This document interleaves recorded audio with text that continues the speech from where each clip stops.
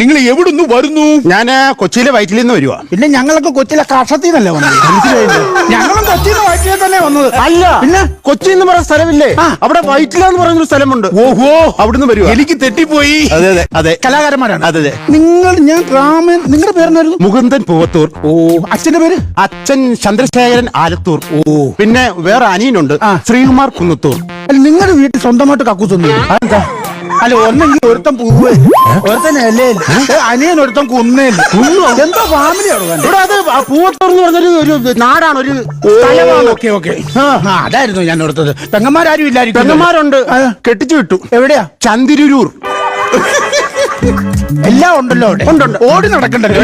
ശരി ശരി ശരി, ചോദിക്കട്ടെ. അപ്പൊ നമ്മൾക്ക് എന്താണ് ഇവിടെ പണയം വെക്കാനുള്ളത്? പല്ലൊക്കെ എടുക്കുവോ? പിന്നെ ഞാൻ പഴശ്ശിരാജയല്ലേ പല്ലക്കുഞ്ഞു വന്നോണ്ട് നടക്കാൻ? അതല്ല, പിന്നെ ഈ പല്ലെടുക്കുവോ? അന്ന് നാളല്ലേ എടുക്കുന്നത്? എന്റെ മുത്തച്ഛനാ എടുക്കുന്നത്. മുത്തച്ഛൻ എന്തെടുക്കും?